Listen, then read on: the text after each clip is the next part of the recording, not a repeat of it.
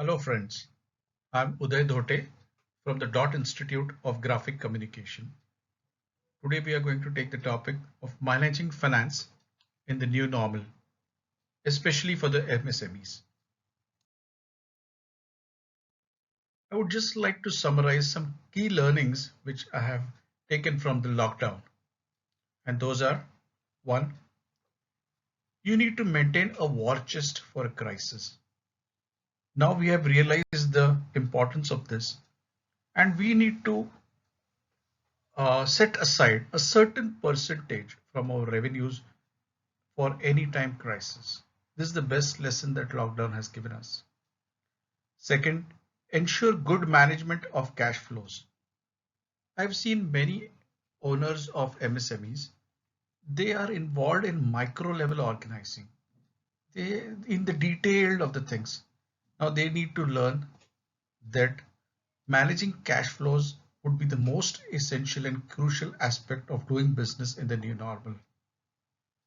They used to depend on the chartered accountants or their accountants to do this, but now they will have to they will have to show interest in the managing of cash flows.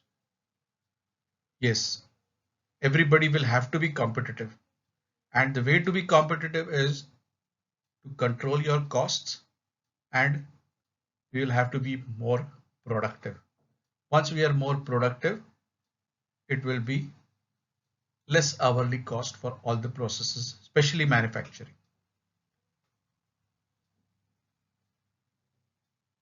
Fourth, collaborate wherever possible. It's not necessary that an organization has all the things under one roof, all the activities under one roof. They need to see wherever they can collaborate with another fellows of the same industry. Communicate effectively and continuously. Communication is going to form the essence of doing business henceforth. It will have to be a consistent communication and an effective one with all the stakeholders. With all the stakeholders, I mean your customers, your vendors, your bankers, your employees, whether the communication is a direct one-to-one communication or it's a virtual communication, any type of communication, but you will need to communicate effectively and consistently. Virtual has become today's reality. As we are now meeting virtual, all meetings have become virtual. Tomorrow, even product demonstrations will become virtual. Client meetings will become virtual. We need to understand that this is the reality. At least lockdown has taught us this. Digital presence is going to be the new norm. Even if you have a business which is run brick and mortar, the business is going to be fetched from social media. It is going to come through the channel of social media like the Instagram, Facebook, and all sorts of things. Basic website of a company.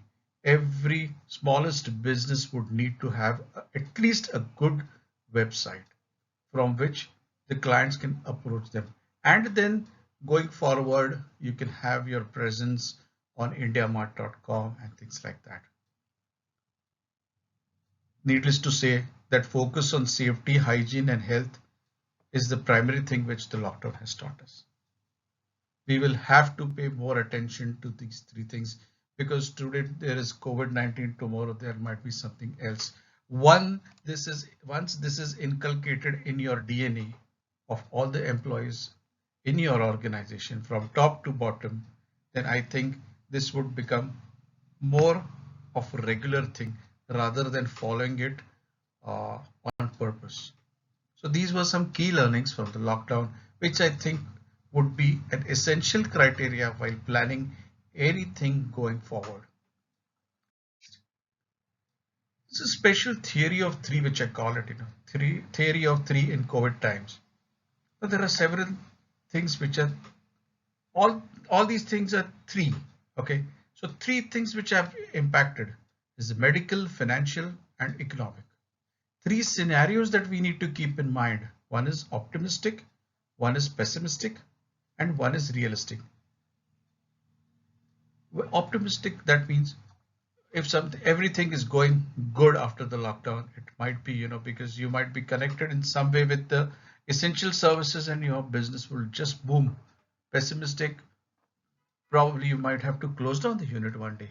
And one is realistic, taking all the situation into account, what could be the reality. There were three phases. One is before the lockdown, one is during the lockdown, which is happening now, and one would be after the lockdown. There will be three aspects of supply chain. One is raw material flow, one is finished goods flow, and one is the cash flow. These all three would be very important. Three war rooms are required, especially marketing, supply chain, and funds management. Marketing, because you would need a different types of market. So your sales would definitely have a downfall after lockdown, and you will need to devise newer ways of marketing your products. Supply chain has to be firm, because even after manufacturing the product, you will have to see to it that it reaches your client within your TAT. Funds management, if there are no funds, all this cycle is going to stop. These three war rooms are required. Three material checks which are important are waste management, stocks which need to be optimum stocks, maybe just in time ordering, and things whichever can be recycled will have to be recycled. Three safety mantras that we all have learned. One is the face mask, social distancing, and sanitization. Three levels of progression. I call it LPG. So first, you'll have to check the liquidity in an organization for some short term, say 4 to 6 months, depending on every individual unit. Then you will have to look steadily into the profitability. Once liquidity position is maintained for some time, you need to see the profitability aspect. And once these two are in place, then you will go for growth. So we call it LPG. That is the progression. Let's go ahead. What would be the approach for survival? First and foremost important thing is stop the bleeding. Once the bleeding is stopped, there will be no cash losses. Whatever you do, there should not be any more cash losses. Whether you do little less business or not, there should not be any cash losses. Then once this is in control, you need to analyze your business very minutely. And once the analysis is done, you need to implement your plan. This would be our approach to survival. What are the things that we need to keep in mind during our approach to survival? I call it controlling the controllables. There are certain things which are in our hand and which can be controlled by us. One, a survival plan must be practically executable and financially feasible. When I say financially feasible, it means there should be no cash loss. And when I say practically executable, that means it should not be just a dream, it should be realistic. And mind you, budgeting is absolutely important. What you have been doing so far, whether you have been budgeting for your expenses and incomes or not, I really don't know. But MSMEs need to learn that whatever less is there, without a budget, you just can't proceed, because there might be some urgent and important expenses which you have to deal with at odd times. So you need a war chest, a permanent and perpetual war chest needs to be maintained. Then check if you have any non-core activities and decide about its continuing. You may be, along with your core activities, you might be doing some activities which might not be profitable. This is the time when you need to decide whether you need to continue them or not. And probably you are running some activities just to have the facilities under one roof. You may decide to discontinue that and collaborate with some other person from the similar industry. This would probably be more profitable for you, and your focus would still remain on your core activities. Think about this. Think about the mistakes that we have done in the past and focus on not repeating them. The idea is to learn from our mistakes and to see to it that in our plan we are not repeating them. Dig out all the data, clients, products served, projects where we lost and where we earned, the men, the machines, the activities which are needed, which are not needed, the projects which gave us money, which did not give us money, and whatever people, machines, or activities, what is needed, what is not needed. See everything minutely. Good financial management, along with focused business, optimum productivity, standardization, innovation, working with controlled costs, and minimum wastages. This is going to be the key to success. Therefore, deep dive into important items of your P&L account and balance sheet. And how to do that? Let's see. Sales and receivables. The first item. Follow up for payments from your existing debtors. Even in the lockdown, you should start talking to your creditors in some way or the other. If you see that they're agreeable, even if needed, give them discounts for the promised payments and resolve disputes. See to it that you get liquidity in the system somehow. If clients demand more credit, opt for upfront payment by offering discounts. Do not do not try to give credit more than required. I can understand with some corporate clients who have a reputation and who follow a particular payment cycle very rigorously. But other non-corporate clients who are not so well known, you might opt for less number of days for credit. This would keep your liquidity rolling. You may ask your cash-rich existing clients. All businesses have some clients who have supported them from a long time. Such clients, if they have a good budget, a good finance facilities with them, you could ask such clients for advance against the jobs for this financial year, that is 2021. This will give you some liquidity without incurring any additional cost like interest. Retaining regular customers will become more difficult now. Keeping communicating, Keep communicating with them on any pretext during the lockdown. Talk to them about anything, write to them about anything, but keep them involved so that the client also feels that you care for him. There is definitely going to be a downward trend in sales. Review all your products sold and services offered. Keep looking for newer opportunities always. Keep that research on perpetually. Now it is going to be the norm. You'll always have to be on hunt for these newer opportunities. And you may have to, try something new in order to reach there. Keep time for that. And do not try to increase your sales where payment is doubtful. It is better to scale down than to have bad debts. Next, purchases and payables. This is another important item of our profit and loss account. Engage with all your vendors, especially support the critical ones. Whichever vendor is a very critical vendor to you, you will have to be engaged with them. Try to renegotiate the terms after lockdown, because the liquidity issue is also going to be with them. And that is why I always insist that you will have to maintain liquidity.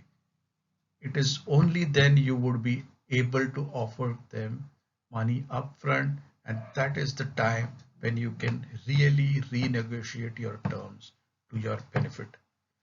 Vendors of materials which would be required for new jobs may demand immediate payment. Push for cash discounts. You need to push hard for cash discounts if you're going to offer them upfront payment. Control wastages absolutely. Whatever percentage of wastages you had before, this needs to come down drastically because this is your direct savings. Payment to existing vendors, the vendors as on the date of the lockdown, those payments is going to become very difficult. So you will have to be selective, A, and B, if they still demand payment, you need to push for cash discounts. Do not give without discounting. Yeah, it may not look, it may look harsh, uh, especially with the kind of relations that we have maintained over such a long period of time. But mind you, this is business. You need to make money for your survival. You are in your survival period. So every money saved is money earned. Moving to the next item, power electricity. Switch off wherever not required. Scale down the departments or machines where utilization is not up to the mark. Instead of running these departments at a loss, scale down these departments, use that labor in some other department, or try to negotiate a pro rata salary to them for only that time of work. You know, if you're having out of 8 hours, if you're having only 3 hours of work, try to renegotiate the salary for those 3-4 hours and use them somewhere else. At this point of time, there is a possibility that everybody listens to renegotiation because liquidity is important to everyone. Be more productive. Achieve more in less time by following proper processes. Remember here, you need to follow proper processes and only then you can be more productive. And once you are more productive, you are going to produce more in less number of hours. So your hourly rate per process for that process is going to be less, and so your cost of production. All this is going to culminate into better bottom lines. The most debated item is salary and wages. You need to take all your employees into confidence once you are in office after lockdown and explain to them the factual situation. Try to explain to them that if there was no work, how are you going to pay them full salary? The idea of paying subsistence money for the lockdown period and adjusting the balance leave of the employees against the lockdown leave should definitely be explored with the consent of the employees. This year, you may defer the increments without being sentimental. In fact, if the budget calls for, try to revise, renegotiate the salary and wages for financial year 2021 to suit our short-term model. Negotiate the bonus percentage if any. At least convince your employees not to include the lockdown period in the bonus calculations. Some other ideas to reduce cost of labor are cross-training, reducing hours of work in some non-earning departments, and to renegotiate their salaries proportionately. Break the salary into fixed and variable. You know, a person in the sales department, his salary could be broken into a fixed portion. Say if he's having a salary of 25,000, you could break that into 18,000 fixed and 7,000 could be the variable, which he would get only if he achieves a certain level of sales per month. So that would also increase your top line, and your cost, which is fixed in nature, and because of which the business is being leveraged so much, would scale down. Stop the carry forward of leave and encashment procedures if you have, obviously after talking to the employees. Negotiate the rate of overtime or opt for a compensatory off method. This could be some more ways of reducing the cost of labor. There has to be a balance between financial prudence and being human. All these things which I told you will have to be done uh, with the consent of the employees. Engage people in decision making. And above all, exercise control on your own remuneration, the partners or directors' remuneration. You should take only that much salary which is commensurate with the size and profit of your organization. Do not exceed it, at least in this period. Inventories. Use existing inventory as much as possible. Try to use up whatever is in stock. Review the position of inventories vis-a-vis impact on sales. You need to see how much sales are coming, and accordingly you have to maintain your stocks. It should be in sync with the sales. It should not happen that the inventory levels are so poor that your sales are affected. It will have to be in sync. Liquidate all the slow moving and non-moving stocks. As regards the stores and spares also, there would be a three-tier system. Whatever is vital will have to be there. Preferable could be brought just in time, and desirable you just forget about it. That we will see whenever the situation comes to that. Always follow the EOQ, economic order quantity, and just in time practices. For the item of rent or license fees, take your landlord or licensor into confidence and negotiate the rent for the remaining period of financial year 2021 after lockdown. And during the period of lockdown, use the force majeure clause in the agreement for the rent payable. If not, then the doctrine of frustration under the Contract Act may be invoked. You need to talk to your legal consultant for this, but I presume that you have some solution over here. Anyway, as I told you, you have to communicate effectively with all the stakeholders across the board. So even landlord or the licensor is one of the most important stakeholders. Direct expenses, step up the efficiency. Direct expenses are those expenses which are related to the production process. You have to step up the efficiency. Once the efficiency is stepped up, your per hour cost will reduce, and so your bottom line will increase. Check up for alternative means and negotiate. Indirect expenses, whatever indirect expenses, the smallest one, even the tea, coffee, telephone, electricity, whatever, scrutinize, reduce, and eliminate wherever possible. Stop all the frills and fancies and decide which can be suspended or reduced.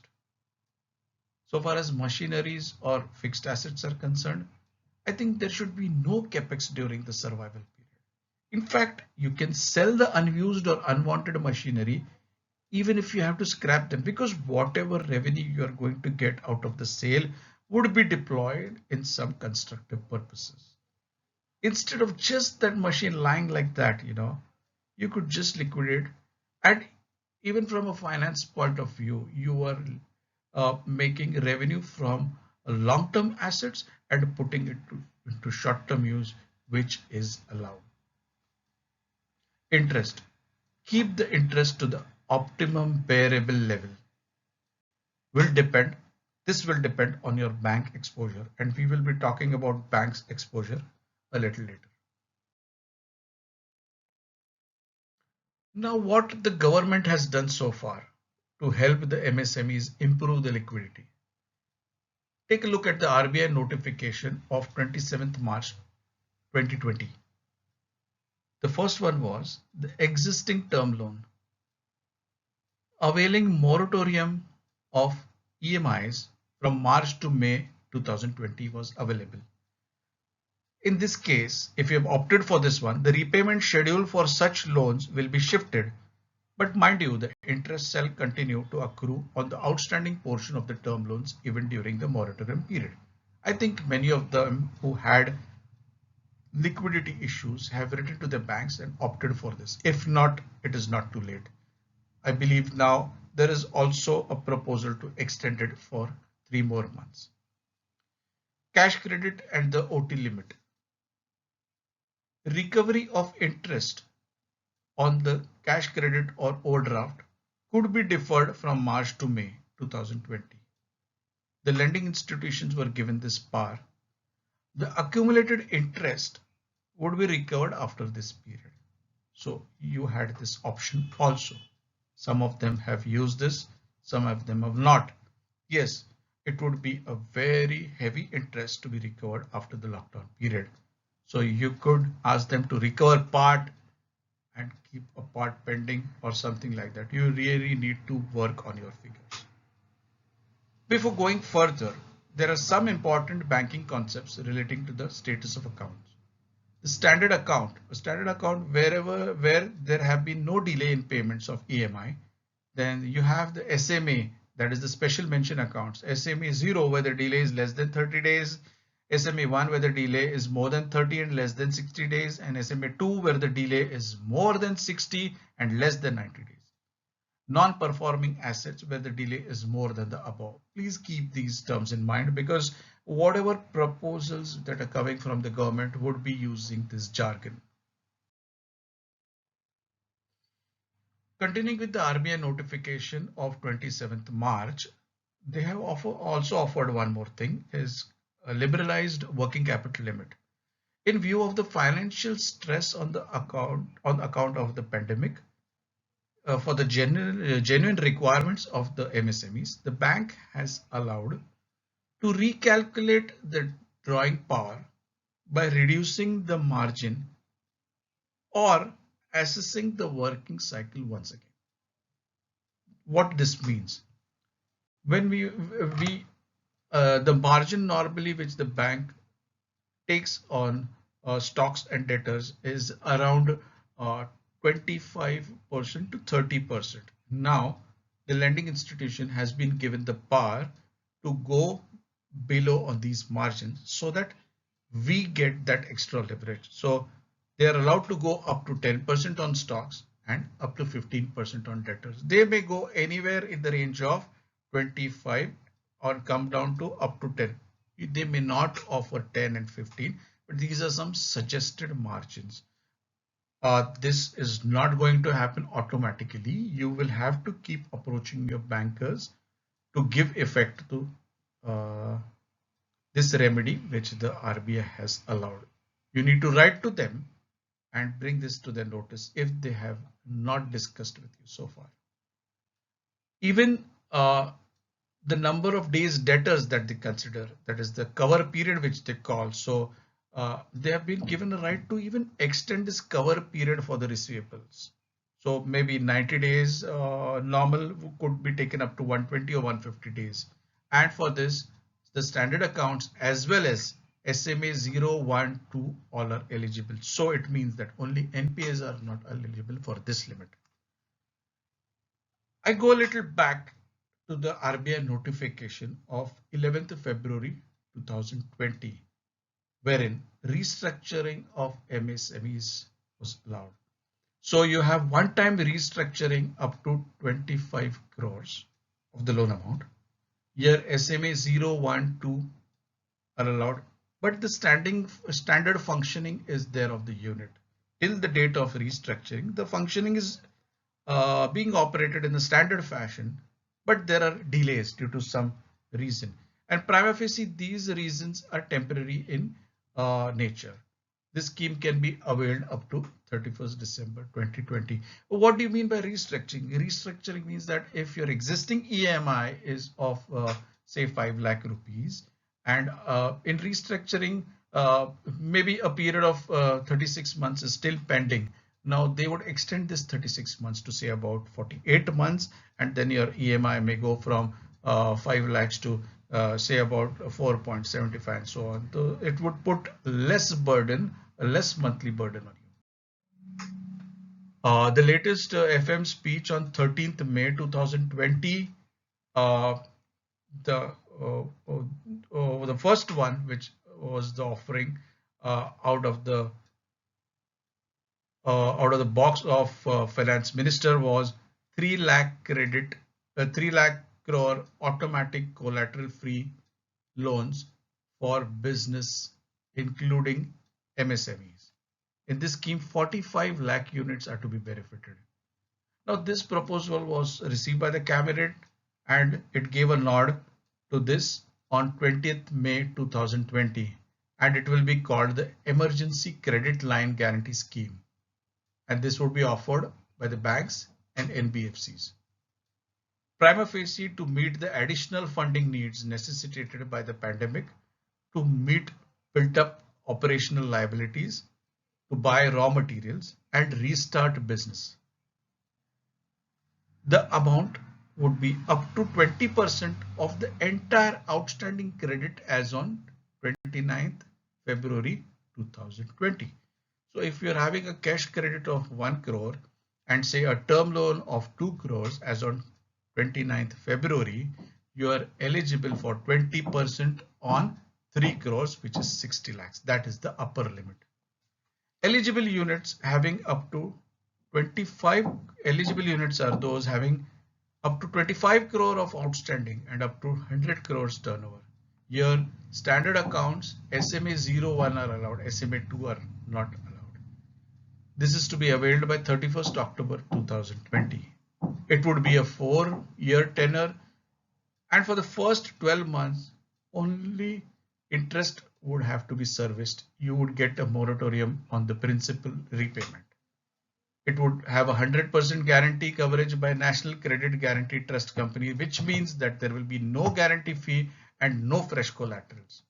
Interest would be capped at 9.25% for the banks and financial institutions and 14% for the NBFCs.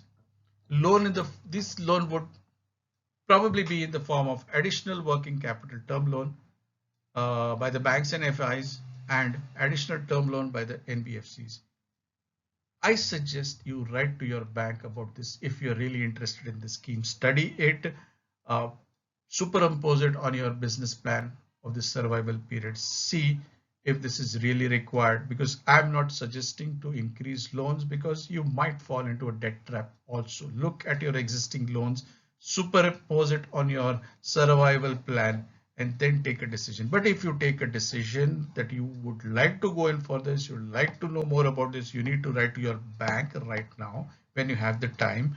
Probably you will need a balance sheet as on 31st December 2019 for this. They would not ask for a balance sheet of 31st March 2020 so soon. You will have to give them rough projections of next 4 to 5 years. Keep these papers ready. Approach your bank now. The second facility which was offered was 20,000 crore subordinate debt for stressed MSMEs. In this, 2 lakh MSME units would benefit. Functioning MSMEs which are NPA or stressed will be eligible. So SMA 2 and NPAs will be eligible. Government would provide a support of rupees 4,000 crore to the CGTMSE. CGTMSE will provide partial credit guarantee support to banks. Here what would happen is the promoter of the MSMEs will be given debt by the banks, which will then infuse, the promoter will then infuse it as equity in the unit. Now what does this mean? The government would give money to the owner of the unit personally, and then the owner would bring it as his capital or equity to the company. And why probably this would be done? So as our debt to equity ratio is not disturbed. This comes in as the form of the equity. NPA and stressed assets would already have a very low debt equity ratio. In order to see to it that this does not go worse, this is being infused through the promoter and as the equity into the unit. This support would be 15% of the promoter's stake, subject to 75 lakhs. Let's go to the next offer was 50,000 crore equity infusion for MSMEs through fund of funds. This is a regular problem. MSMEs never garner equity support. Howsoever they try, it's very difficult. It has been very difficult for MSMEs to get equity into the company. And this might be the reason why government needs to give stimulus over here. Fund of funds with a corpus of 10,000 crores will be set up. This will provide equity funding for MSMEs which have growth potential and viability. So obviously SMA 0, 1, 2 and NPA no for this proposal. This should be good MSMEs who have good products and a good projection. They have good potential viability, which have had a good track records of 4-5 years of good profit, and only due to lockdown they are closed. Again, on reopening, they would have a good potential and viability. So funds of funds would be operated through a major mother fund and a few daughter funds. It will operate at a leverage of about 1:4 at the level of the daughter fund and thereby leverage 50,000 crore of funds at the daughter level. This will help to expand the MSME size as well as capacity. And then government will also handhold these MSMEs to get listed on the board of stock exchange.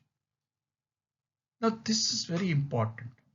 They will at least get a handholding to go to the stock exchange. I think today there are about 750 companies which are listed on the SME exchange, and a chance to go there would definitely open up new avenues for the MSME. I think which have been very progressive and with good potential, these SMEs should look out for. The definition of MSMEs has changed.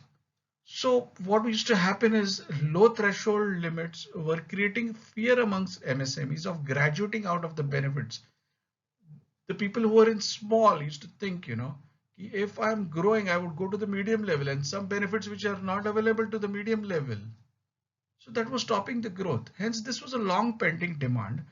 Now the investment criteria has been revised and additional criteria of turnover also has been introduced. Mind you, not only the investment limit has been revised, but additional criteria of turnover has been introduced.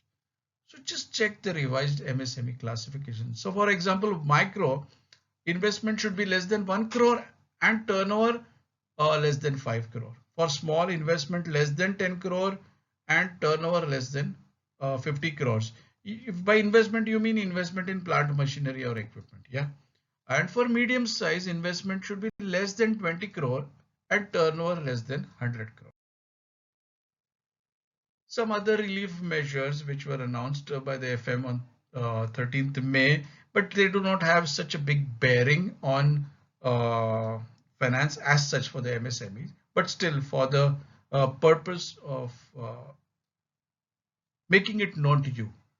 Government expands the scope for global tenders for MSMEs. So those who are in tender business now, tenders up to 200 crores, government will not invite foreign companies. Other measures for MSMEs, in order to curb the marketing and liquidity problems, government aims to promote e-marketing linkage for MSMEs, which would act as a replacement for trade fairs and exhibitions. Now, trade fairs and exhibitions may not be happening so frequently as they used to happen before, and that is why this linkage is provided by the government, the e-market linkage.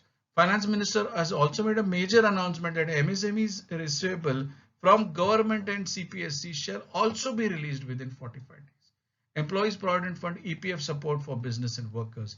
In order to increase takeaway salary for the employee and to support business, the government had proposed under the Pradhan Mantri Garib Kalyan Yojana a payment of 12% and employer 12%. And employee 12% contribution was made into eligible EPF accounts for the months of March, April, May. Now this has been proposed to be extended for next 3 months, that is June, July and August. So if they are having wages less than 15,000 and 90% of the people in your organization are this way, then this facility is available, provided the business is having less than 100 workers. Reduction in EPF contribution for next 3 months. The statutory PF contribution for both employee and employer has been reduced from 12% to 10% for all establishment covered by EPFO. For government undertaking, the contribution still remains. This is not a big difference, from 12% to 10% for 3 months. It's not going to make a major difference in the liquidity position of the MSMEs. So it is there, yeah. Then there are some measures taken on the direct taxation also, like TDS percentage has been reduced, but just 25% of the TDS percent. That also is not going to, absolutely increase your liquidity. So I'm not taking these over here. Time to conclude. So what we've learned so far, lockdown has given us an opportunity to introspect and rebuild. Please use this.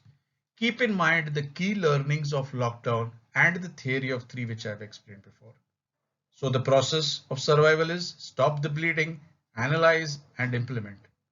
Deep dive into your financial statements and activities, all the elements, and control all the controllables.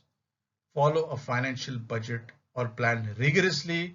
Always work with a cash positive. Study whatever the RBI has to offer from time to time, RBI and the government schemes offered from time to time properly. Check if it suits your purpose and take it only if you are not falling into a debt trap. Decide which one is best suited for you without going into a debt trap. Write to the bank and start preparing for papers when you have the time. Thank you. That's all from my side. If you have anything, you can just connect to me. This is my email ID and my mobile number. Thank you.